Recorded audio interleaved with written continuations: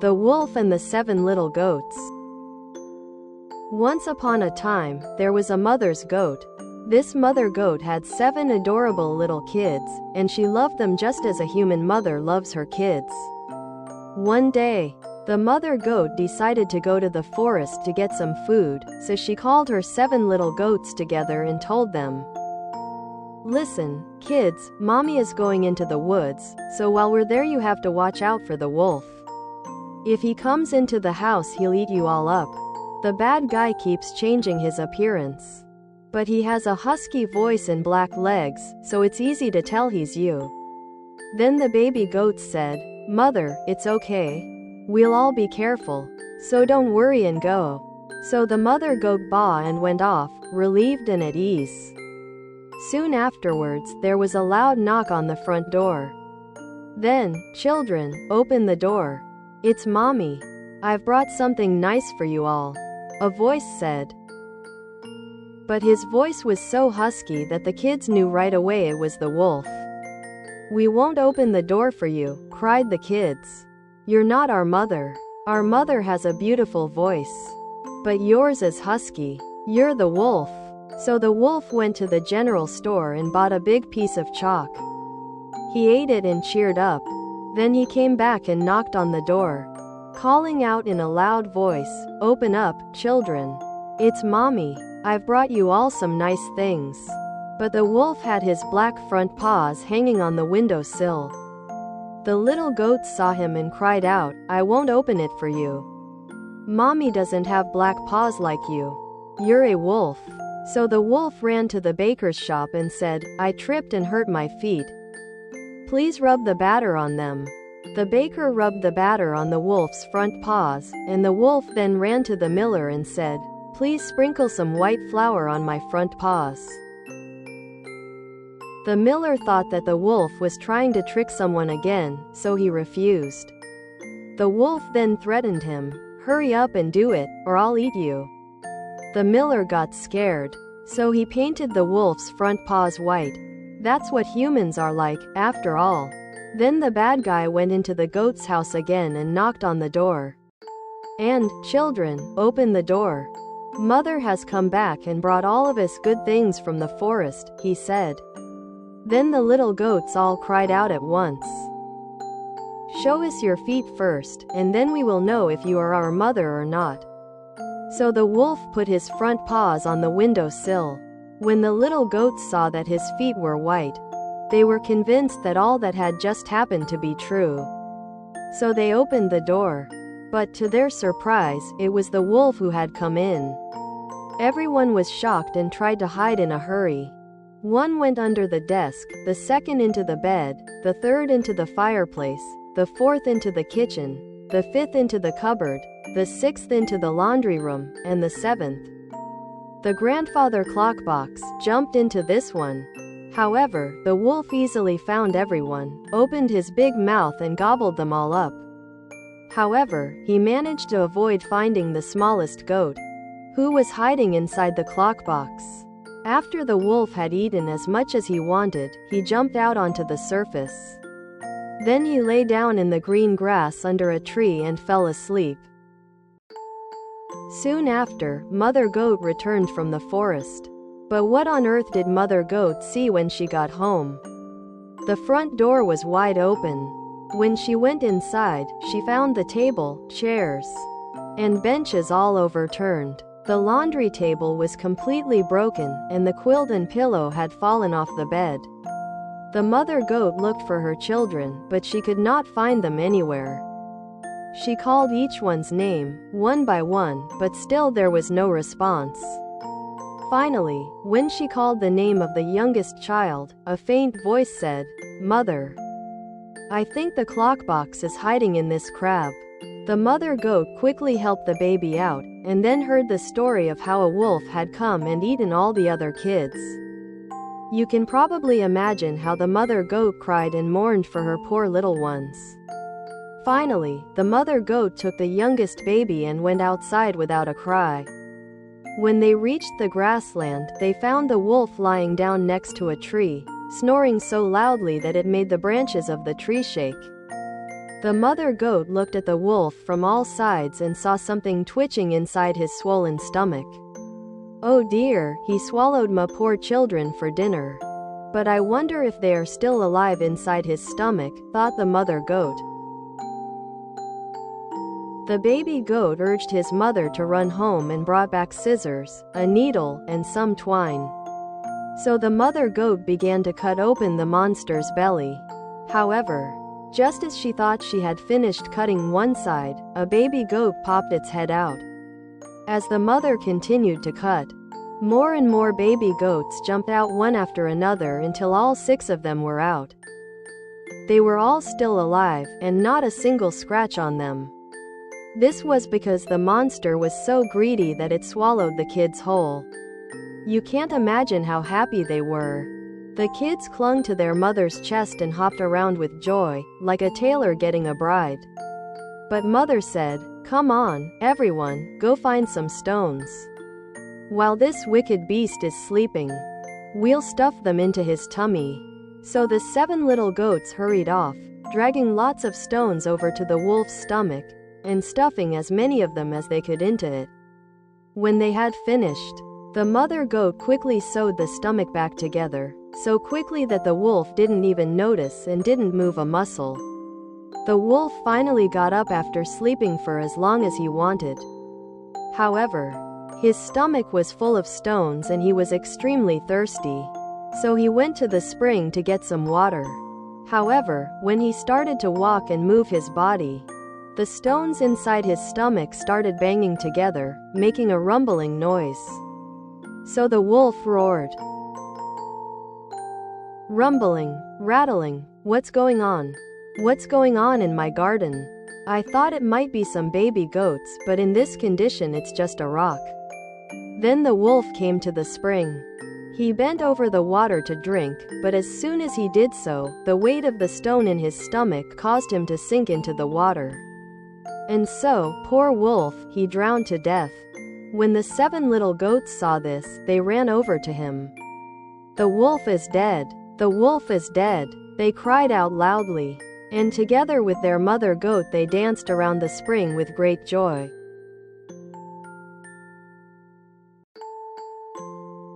Hansel and Gretel. Near a great forest there lived a poor woodcutter and his wife, and his 2 children. The boy's name was Hansel and the girl's Gretel. They had very little to bite or to sup, and once, when there was great dearth in the land, the man could not even gain the daily bread.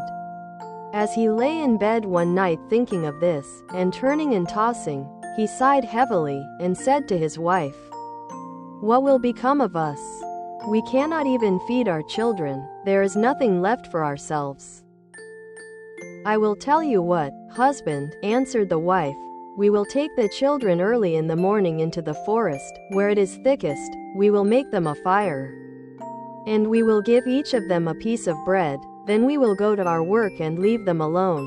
They will never find the way home again, and we shall be quit of them." "No, wife," said the man. "I cannot do that. I cannot find in my heart to take my children into the forest and to leave them there alone. The wild animals would soon come and devour them." "Oh, you fool," said she.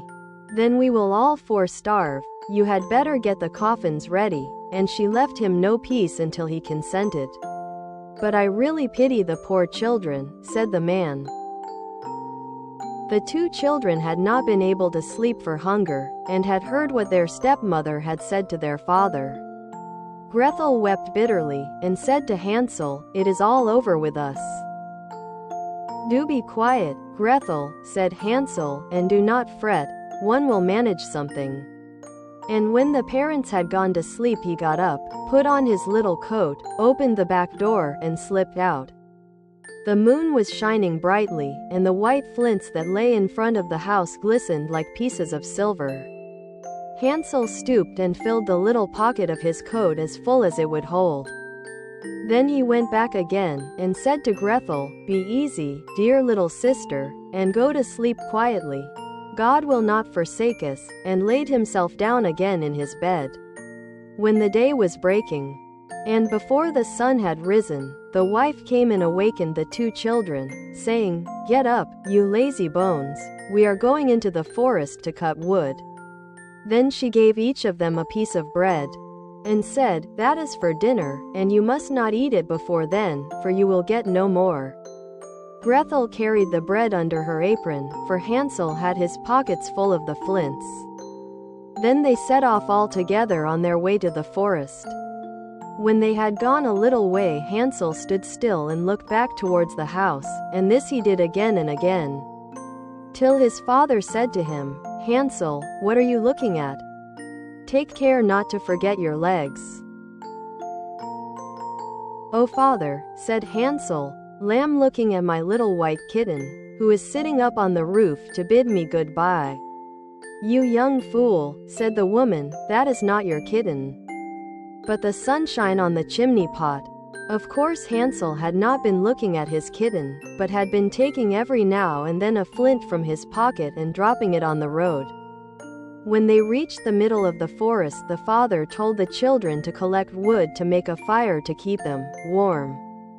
And Hansel and Gretel gathered brushwood enough for a little mountain jay, and it was set on fire, and when the flame was burning quite high, the wife said, "Now lie down by the fire and rest yourselves, you children, and we will go and cut wood, and when we are ready we will come and fetch you."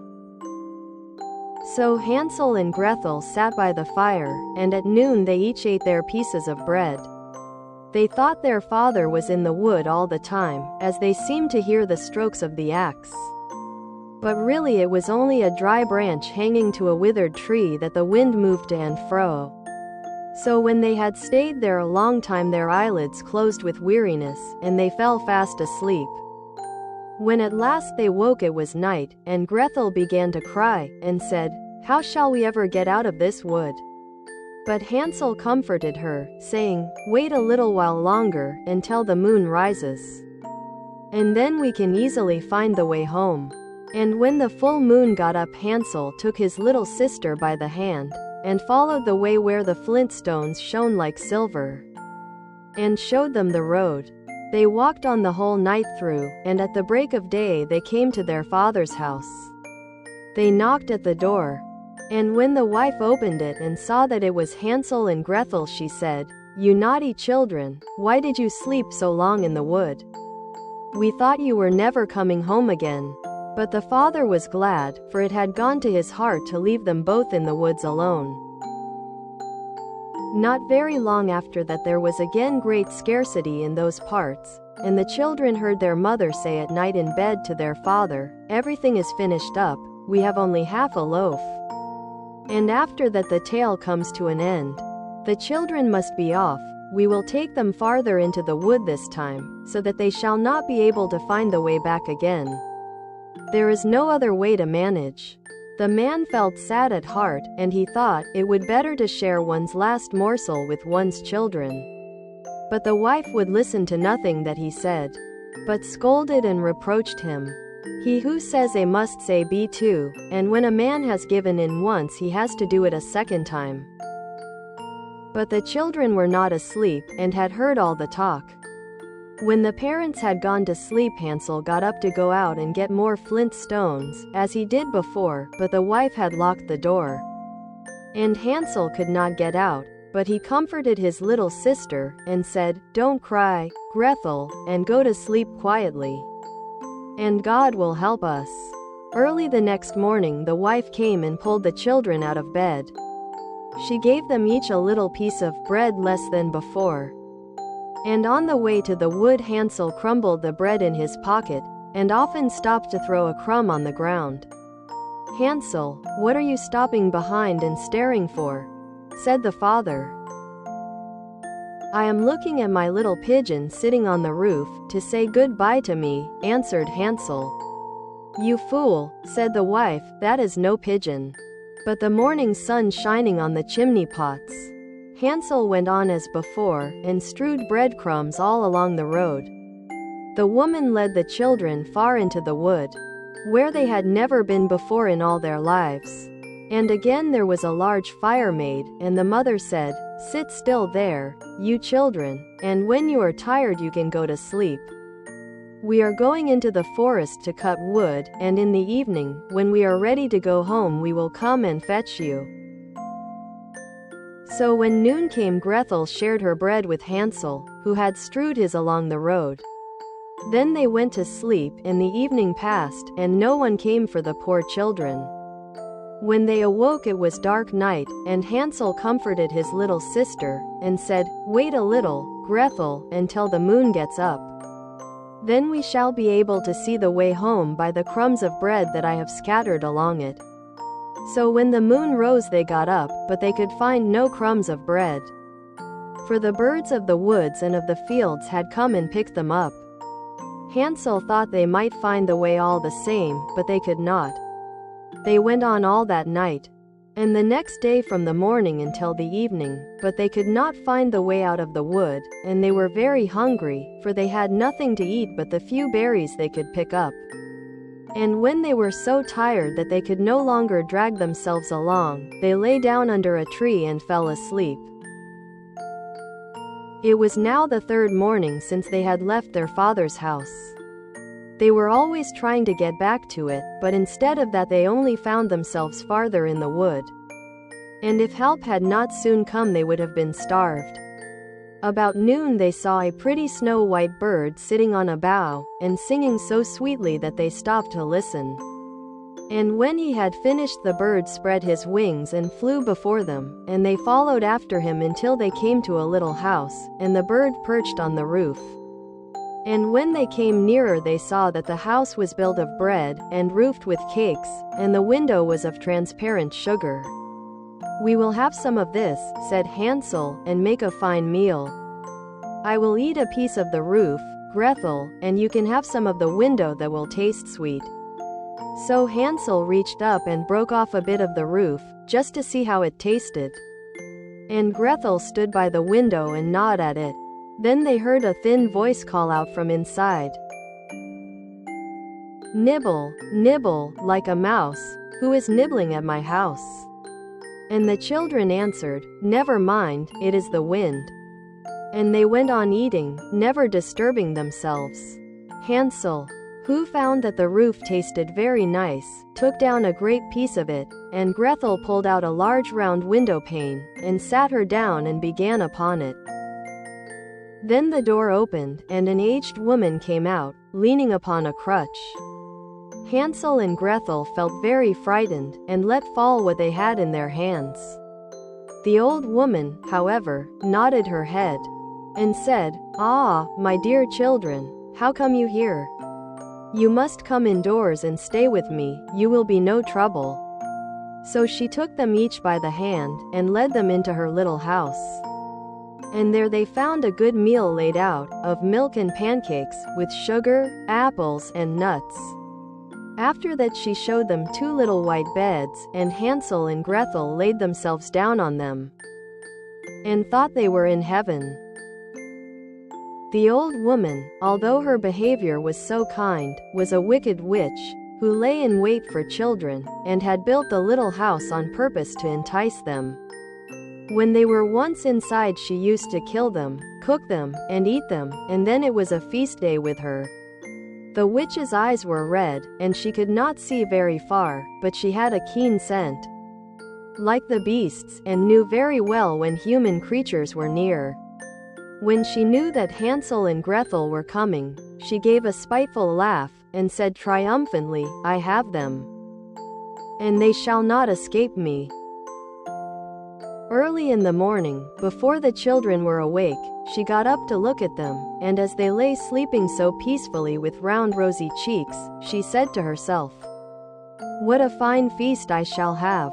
Then she grasped Hansel with her withered hand, and led him into a little stable, and shut him up behind a grating, and call and scream as he might, it was no good. Then she went back to Gretel and shook her, crying, "Get up, lazy bones. Fetch water, and cook something nice for your brother. He is outside in the stable, and must be fattened up. And when he is fat enough I will eat him." Gretel began to weep bitterly, but it was of no use, she had to do what the wicked witch bade her. And so the best kind of victuals was cooked for poor Hansel, while Gretel got nothing but crab shells. Each morning the old woman visited the little stable, and cried, "Hansel, stretch out your finger, that I may tell if you will soon be fat enough." Hansel, however, used to hold out a little bone. And the old woman, who had weak eyes, could not see what it was, and supposing it to be Hansel's finger, wondered very much that it was not getting fatter. When 4 weeks had passed and Hansel seemed to remain so thin, she lost patience and could wait no longer. "Now then, Gretel," cried she to the little girl, "be quick and draw water. Be Hansel fat or be he lean, tomorrow I must kill and cook him." Oh, what a grief for the poor little sister to have to fetch water, and how the tears flowed down over her cheeks. "Dear God, pray help us," cried she. "If we had been devoured by wild beasts in the wood, at least we should have died together." "Spare me your lamentations," said the old woman, "they are of no avail." Early next morning Gretel had to get up, make the fire, and fill the kettle. "First we will do the baking," said the old woman. I knave heated the oven already, and kneaded the dough. She pushed poor Gretel towards the oven, out of which the flames were already shining. "Creep in," said the witch, "and see if it is properly hot, so that the bread may be baked." And Gretel once in, she meant to shut the door upon her and let her be baked. And then she would have eaten her. But Gretel perceived her intention, and said, "I don't know how to do it. How shall I get in?" "Stupid goose," said the old woman, "the opening is big enough, do you see? I could get in myself." And she stooped down and put her head in the oven's mouth. Then Gretel gave her a push, so that she went in farther, and she shut the iron door upon her, and put up the bar. Oh, how frightfully she howled! But Gretel ran away, and left the wicked witch to burn miserably.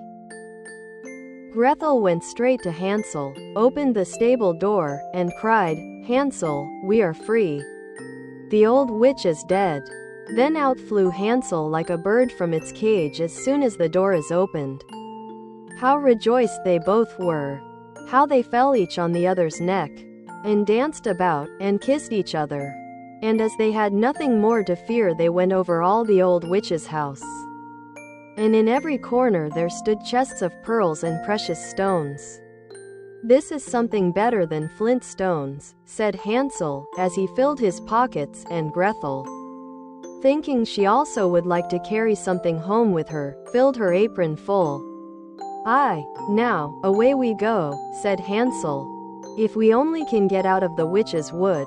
When they had journeyed a few hours they came to a great piece of water. "We can never get across this," said Hansel. "I see no stepping stones and no bridge."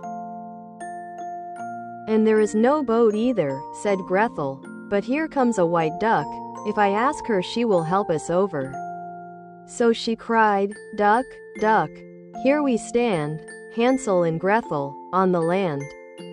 Stepping stones and bridge we lack, carry us over on your nice white back." And the duck came accordingly, and Hansel got upon her and told his sister to come too. "No," answered Gretel, "that would be too hard upon the duck. We can go separately, one after the other." And that was how it was managed, and after that they went on happily, until they came to the wood. And the way grew more and more familiar, till at last they saw in the distance their father's house. Then they ran till they came up to it, rushed in at the door, and fell on their father's neck. The man had not had a quiet hour since he left his children in the wood, but the wife was dead. And when Gretel opened her apron, the pearls and precious stones were scattered all over the room. And Hansel took one handful after another out of his pocket. Then was all care at an end, and they lived in great joy together. My tale is done. There runs a mouse, whosoever catches it may make himself a big fur cap out of it.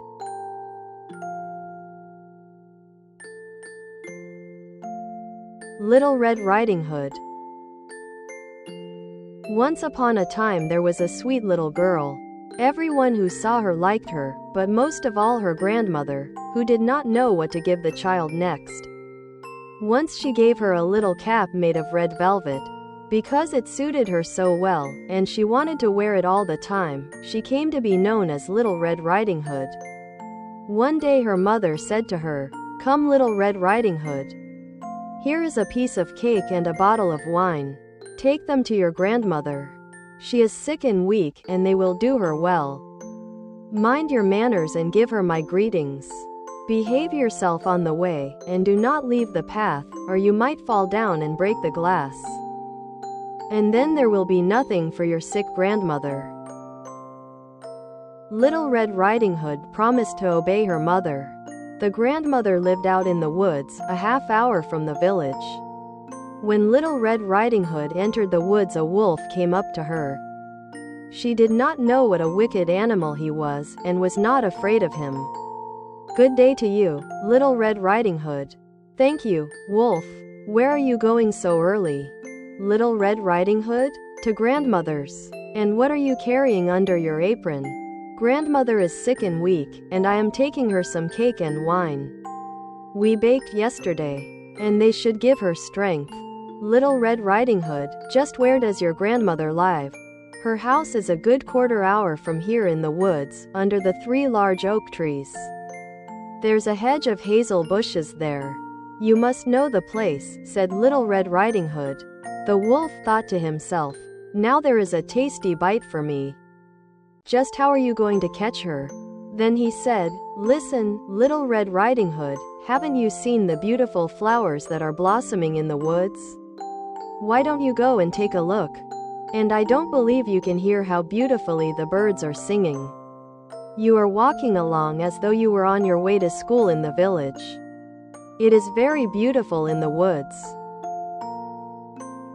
Little Red Riding Hood opened her eyes and saw the sunlight breaking through the trees and how the ground was covered with beautiful flowers. She thought, if I take a bouquet to grandmother, she will be very pleased. Anyway, it is still early, and I'll be home on time. And she ran off into the woods looking for flowers. Each time she picked one, she thought that she could see an even more beautiful one a little way off, and she ran after it, going further and further into the woods. But the wolf ran straight to the grandmother's house and knocked on the door. "Who's there?" "Little Red Riding Hood. I'm bringing you some cake and wine. Open the door for me." "Just press the latch," called out the grandmother. "I'm too weak to get up." The wolf pressed the latch, and the door opened. He stepped inside, went straight to the grandmother's bed, and ate her up. Then he took her clothes, put them on, and put her cap on his head. He got into her bed and pulled the curtains shut. Little Red Riding Hood had run after flowers, and did not continue on her way to grandmother's until she had gathered all that she could carry. When she arrived, she found, to her surprise, that the door was open. She walked into the parlor, and everything looked so strange that she thought, "Oh, my God, why am I so afraid? I usually like it at grandmother's." Then she went to the bed and pulled back the curtains. Grandmother was lying there with her cap pulled down over her face and looking very strange. "Oh, grandmother, what big ears you have. All the better to hear you with." "Oh, grandmother, what big eyes you have. All the better to see you with." "Oh, grandmother, what big hands you have. All the better to grab you with." "Oh, grandmother, what a horribly big mouth you have. All the better to eat you with." And with that he jumped out of bed, jumped on top of poor Little Red Riding Hood, and ate her up. As soon as the wolf had finished this tasty bite, he climbed back into bed, fell asleep, and began to snore very loudly. A huntsman was just passing by. He thought it strange that the old woman was snoring so loudly, so he decided to take a look. He stepped inside, and in the bed there lay the wolf that he had been hunting for such a long time. He has eaten the grandmother, but perhaps she still can be saved. "I won't shoot him," thought the huntsman. So he took a pair of scissors and cut open his belly. He had cut only a few strokes when he saw the red cap shining through. He cut a little more, and the girl jumped out and cried, "Oh, I was so frightened.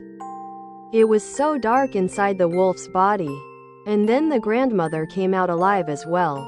Then Little Red Riding Hood fetched some large heavy stones. They filled the wolf's body with them. And when he woke up and tried to run away, the stones were so heavy that he fell down dead. The three of them were happy. The huntsman took the wolf's pelt. The grandmother ate the cake and drank the wine that Little Red Riding Hood had brought.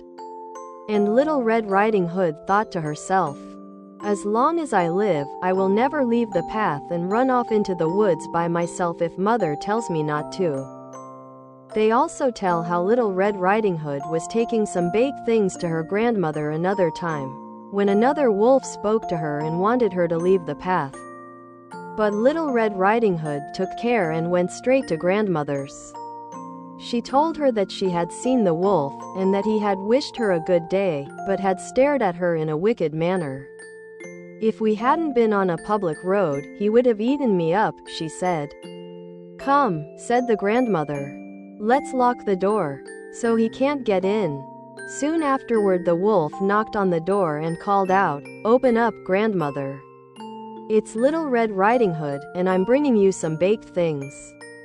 They remained silent, and did not open the door. The wicked one walked around the house several times, and finally jumped onto the roof. He wanted to wait until Little Red Riding Hood went home that evening, then follow her and eat her up in the darkness. But the grandmother saw what he was up to. There was a large stone trough in front of the house. "Fetch a bucket, Little Red Riding Hood," she said. "Yesterday I cooked some sausage. Carry the water that I boiled them with to the trough." Little Red Riding Hood carried water until the large trough was clear full. The smell of sausage arose into the wolf's nose. He sniffed and looked down, stretching his neck so long that he could no longer hold himself, and he began to slide. He slid off the roof, fell into the trough, and drowned. And Little Red Riding Hood returned home happily and safely.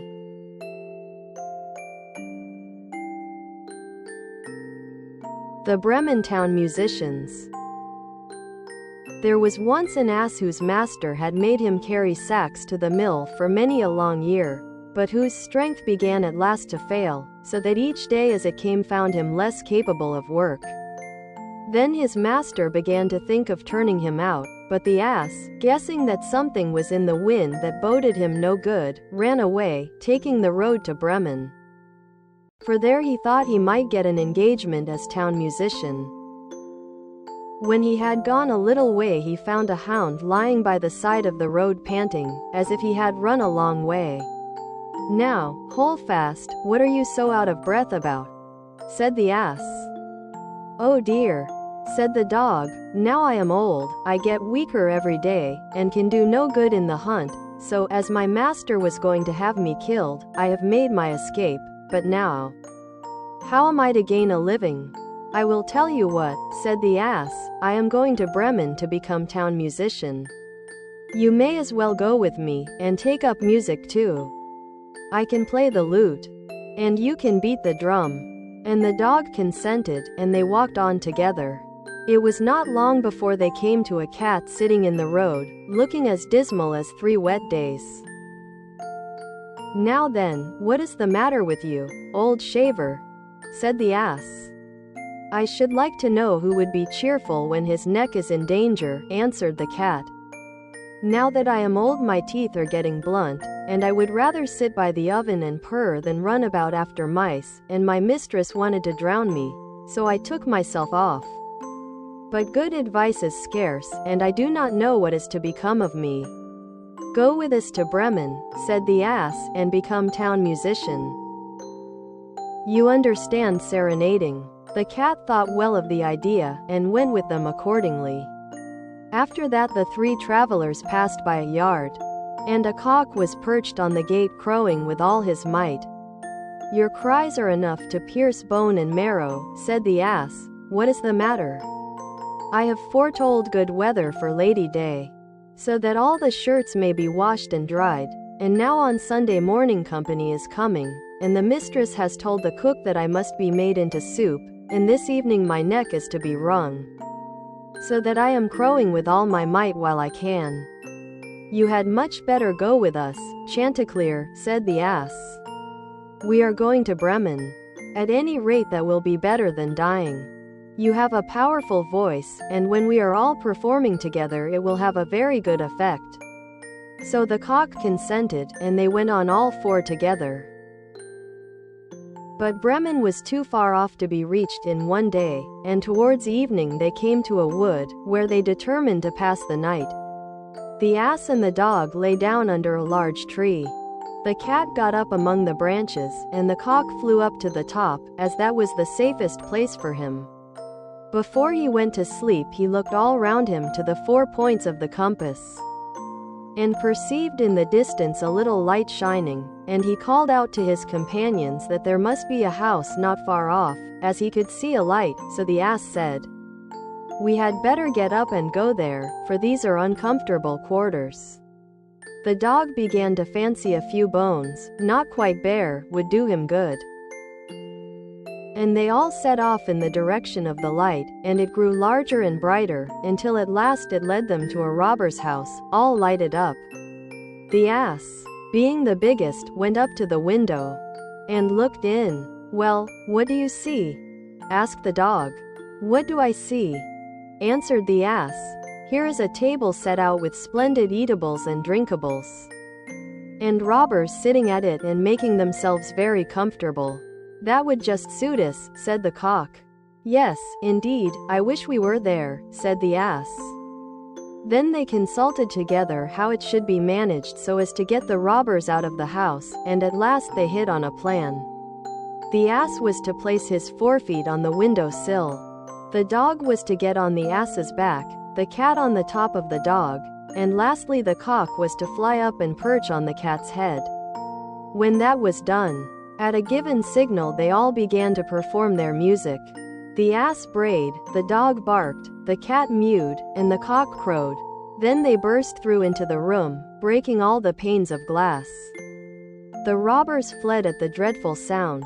They thought it was some goblin, and fled to the wood in the utmost terror. Then the 4 companions sat down to table, made free with the remains of the meal, and feasted as if they had been hungry for a month.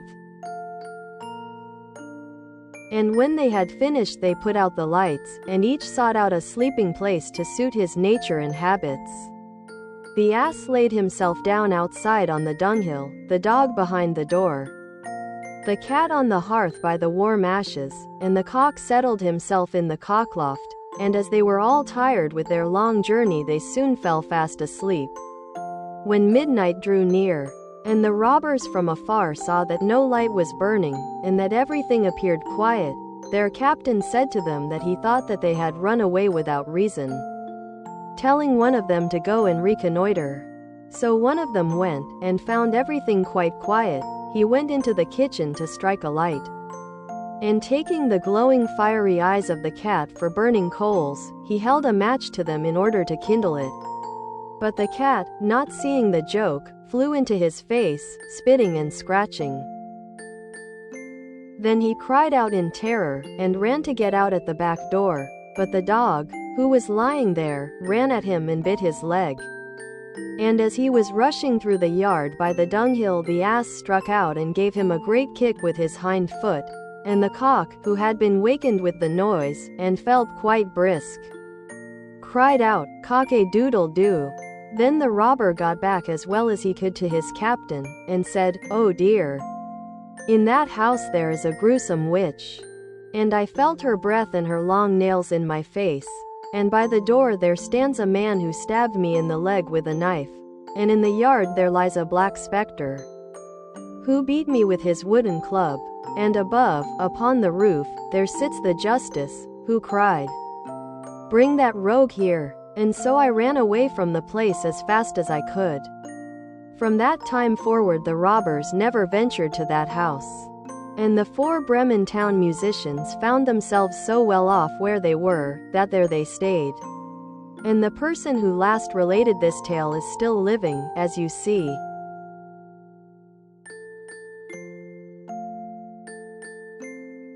The Golden Goose.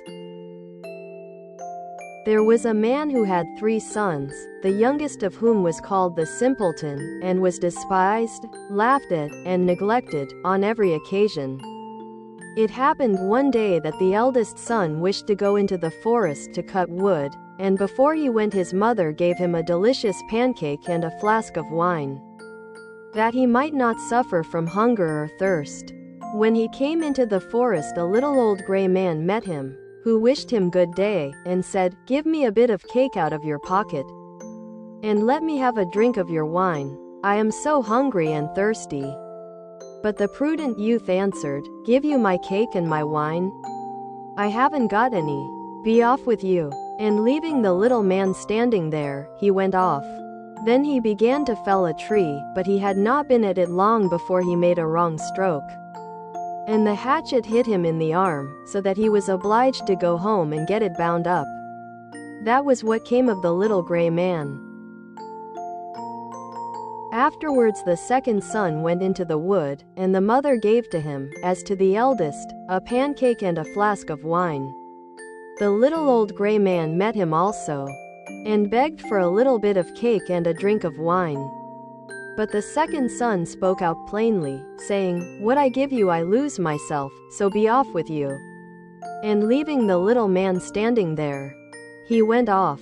The punishment followed. As he was chopping away at the tree, he hit himself in the leg so severely that he had to be carried home. Then said the simpleton, "Father, let me go for once into the forest to cut wood." And the father answered, "Your brothers have hurt themselves by so doing. Give it up. You understand nothing about it." But the simpleton went on begging so long, that the father said at last, "Well, be off with you. You will only learn by experience." The mother gave him a cake. It was only made with water, and baked in the ashes, and with it a flask of sour beer. When he came into the forest, the little old gray man met him, and greeted him, saying, "Give me a bit of your cake, and a drink from your flask. I am so hungry and thirsty." And the simpleton answered, "I have only a flour and water cake and sour beer. But if that is good enough for you, let us sit down together and eat." Then they sat down. And as the simpleton took out his flour and water cake, it became a rich pancake, and his sour beer became good wine. Then they ate and drank, and afterwards the little man said, "As you have such a kind heart, and share what you have so willingly, I will bestow good luck upon you. Yonder stands an old tree. Cut it down, and at its roots you will find something." And thereupon the little man took his departure. The simpleton went there, and hewed away at the tree, and when it fell he saw, sitting among the roots, a goose with feathers of pure gold. He lifted it out and took it with him to an inn where he intended to stay the night. The landlord had 3 daughters who, when they saw the goose, were curious to know what wonderful kind of bird it was, and ended by longing for one of its golden feathers. The eldest thought, "I will wait for a good opportunity, and then I will pull out one of its feathers for myself." And so, when the simpleton was gone out, she seized the goose by its wing, but there her finger and hand had to stay, held fast. Soon after came the second sister with the same idea of plucking out one of the golden feathers for herself. But scarcely had she touched her sister, than she also was obliged to stay, held fast. Lastly came the third with the same intentions, but the others screamed out, "Stay away! For heaven's sake, stay away!" But she did not see why she should stay away, and thought, "If they do so, why should not I?" and went towards them. But when she reached her sisters, there she stopped, hanging on with them. And so they had to stay all night. The next morning the simpleton took the goose under his arm and went away, unmindful of the 3 girls that hung onto it. The 3 had always to run after him, left and right, wherever his legs carried him. In the midst of the fields they met the parson, who, when he saw the procession, said, "Shame on you, girls. Running after a young fellow through the fields like this," and forthwith he seized hold of the youngest by the hand to drag her away. But hardly had he touched her when he too was obliged to run after them himself. Not long after the sexton came that way, and seeing the respected parson following at the heels of the three girls, he called out, "Ho, your reverence, whither away so quickly? You forget that we have another christening today," and he seized hold of him by his gown. But no sooner had he touched him than he was obliged to follow on too. As the five tramped on, one after another, two peasants with their hoes came up from the fields. And the parson cried out to them, and begged them to come and set him and the sexton free, but no sooner had they touched the sexton than they had to follow on too. And now there were 7 following the simpleton and the goose. By and by they came to a town where a king reigned, who had an only daughter who was so serious that no one could make her laugh. Therefore the king had given out that whoever should make her laugh should have her in marriage. The simpleton, when he heard this, went with his goose and his hangers-on into the presence of the king's daughter, and as soon as she saw the 7 people following always one after the other, she burst out laughing, and seemed as if she could never stop. And so the simpleton earned a right to her as his bride, but the king did not like him for a son-in-law and made all kinds of objections, and said he must first bring a man who could drink up a whole cellar of wine. The simpleton thought that the little gray man would be able to help him, and went out into the forest, and there, on the very spot where he felled the tree, he saw a man sitting with a very sad countenance. The simpleton asked him what was the matter, and he answered, "I have a great thirst, which I cannot quench. Cold water does not agree with me. I have indeed drunk up a whole cask of wine, but what good is a drop like that?" Then said the simpleton, "I can help you. Only come with me, and you shall have enough." He took him straight to the king's cellar, and the man sat himself down before the big vats, and drank, and drank. And before a day was over he had drunk up the whole cellar full. The simpleton again asked for his bride, but the king was annoyed that a wretched fellow, called the simpleton by everybody, should carry off his daughter, and so he made new conditions.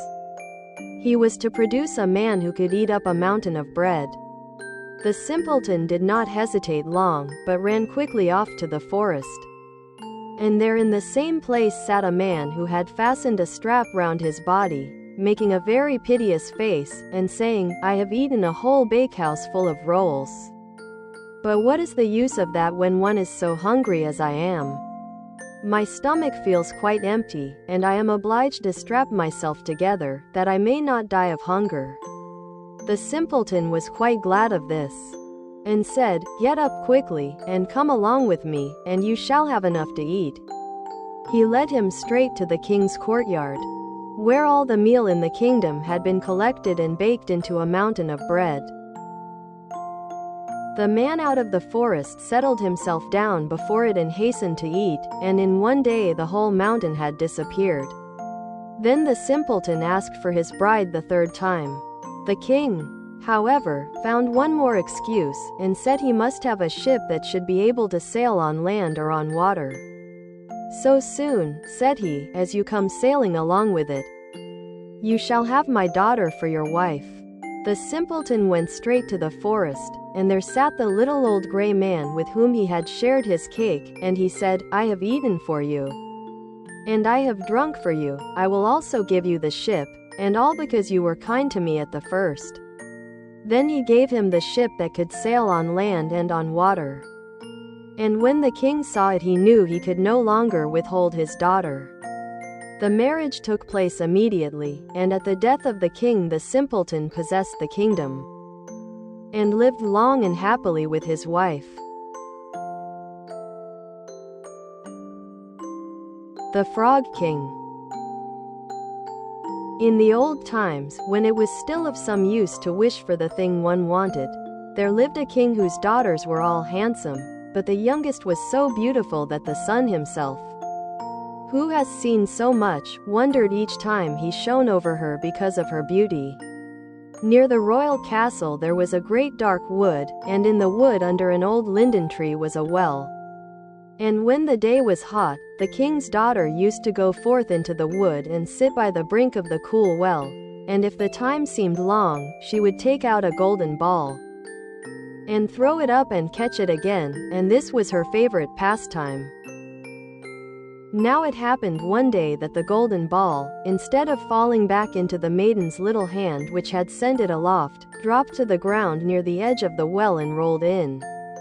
The king's daughter followed it with her eyes as it sank, but the well was deep, so deep that the bottom could not be seen. Then she began to weep. And she wept and wept as if she could never be comforted. And in the midst of her weeping she heard a voice saying to her, "What ails thee, king's daughter? Thy tears would melt a heart of stone." And when she looked to see where the voice came from, there was nothing but a frog stretching his thick ugly head out of the water. "Oh, is it you, old waddler?" said she. "I weep because my golden ball has fallen into the well." "Never mind, do not weep," answered the frog, "I can help you. But what will you give me if I fetch up your ball again?" "Whatever you like, dear frog," said she, "any of my clothes, my pearls and jewels, or even the golden crown that I wear." "Thy clothes, thy pearls and jewels, and thy golden crown are not for me," answered the frog, "but if thou wouldst love me, and have me for thy companion and playfellow, and let me sit by thee at table, and eat from thy plate, and drink from thy cup, and sleep in thy little bed, if thou wouldst promise all this, then would I dive below the water and fetch thee thy golden ball again." "Oh yes," she answered, "I will promise it all, whatever you want, if you will only get me my ball again." But she thought to herself, "What nonsense he talks. As if he could do anything but sit in the water and croak with the other frogs, or could possibly be anyone's companion." But the frog, as soon as he heard her promise, drew his head under the water and sank down out of sight, but after a while he came to the surface again with the ball in his mouth, and he threw it on the grass. The king's daughter was overjoyed to see her pretty plaything again, and she caught it up and ran off with it. "Stop, stop," cried the frog, "take me up too. I cannot run as fast as you." But it was of no use, for croak, croak after her as he might, she would not listen to him, but made haste home, and very soon forgot all about the poor frog, who had to betake himself to his well again. The next day, when the king's daughter was sitting at table with the king and all the court, and eating from her golden plate, there came something pitter-patter up the marble stairs. And then there came a knocking at the door, and a voice crying, "Youngest king's daughter, let me in." And she got up and ran to see who it could be, but when she opened the door, there was the frog sitting outside. Then she shut the door hastily and went back to her seat, feeling very uneasy. The king noticed how quickly her heart was beating, and said, "My child, what are you afraid of? Is there a giant standing at the door ready to carry you away?" "Oh no," answered she, "no giant, but a horrid frog." "And what does the frog want?" asked the king. "Oh dear father," answered she, "when I was sitting by the well yesterday, and playing with my golden ball, it fell into the water, and while I was crying for the loss of it, the frog came and got it again for me on condition I would let him be my companion, but I never thought that he could leave the water and come after me, but now there he is outside the door, and he wants to come in to me." And then they all heard him knocking the second time and crying, "Youngest king's daughter, open to me. By the well water what promised you me? Youngest king's daughter, now open to me. That which thou hast promised must thou perform," said the king, "so go now and let him in." So she went and opened the door, and the frog hopped in, following at her heels, till she reached her chair. Then he stopped and cried, lift me up to sit by you." But she delayed doing so until the king ordered her. When once the frog was on the chair, he wanted to get on the table, and there he sat and said, "Now push your golden plate a little nearer, so that we may eat together." And so she did, but everybody might see how unwilling she was. And the frog feasted heartily, but every morsel seemed to stick in her throat. "I have had enough now," said the frog at last, "and as I am tired, you must carry me to your room. And make ready your silken bed, and we will lie down and go to sleep." Then the king's daughter began to weep, and was afraid of the cold frog, that nothing would satisfy him but he must sleep in her pretty clean bed. Now the king grew angry with her, saying, "That which thou hast promised in thy time of necessity, must thou now perform?" So she picked up the frog with her finger and thumb, carried him upstairs and put him in a corner, and when she had lain down to sleep, he came creeping up, saying, "I am tired and want sleep as much as you. Take me up, or I will tell your father." Then she felt beside herself with rage, and picking him up, she threw him with all her strength against the wall, crying, "Now will you be quiet, you horrid frog?" But as he fell, he ceased to be a frog, and became all at once a prince with beautiful kind eyes. And it came to pass that, with her father's consent, they became bride and bridegroom. And he told her how a wicked witch had bound him by her spells, and how no one but she alone could have released him, and that they two would go together to his father's kingdom. And there came to the door a carriage drawn by 8 white horses, with white plumes on their heads, and with golden harness, and behind the carriage was standing faithful Henry, the servant of the young prince. Now, faithful Henry had suffered such care and pain when his master was turned into a frog, that he had been obliged to wear 3 iron bands over his heart, to keep it from breaking with trouble and anxiety. When the carriage started to take the prince to his kingdom, and faithful Henry had helped them both in, he got up behind, and was full of joy at his master's deliverance. And when they had gone a part of the way, the prince heard a sound at the back of the carriage, as if something had broken, and he turned round and cried, "Henry, the wheel must be breaking." "The wheel does not break, 'tis the band round my heart that, to lessen its ache, when I grieved for your sake, I bound round my heart." Again. And yet once again there was the same sound, and the prince thought it must be the wheel breaking, but it was the breaking of the other bands from faithful Henry's heart, because it was now so relieved and happy.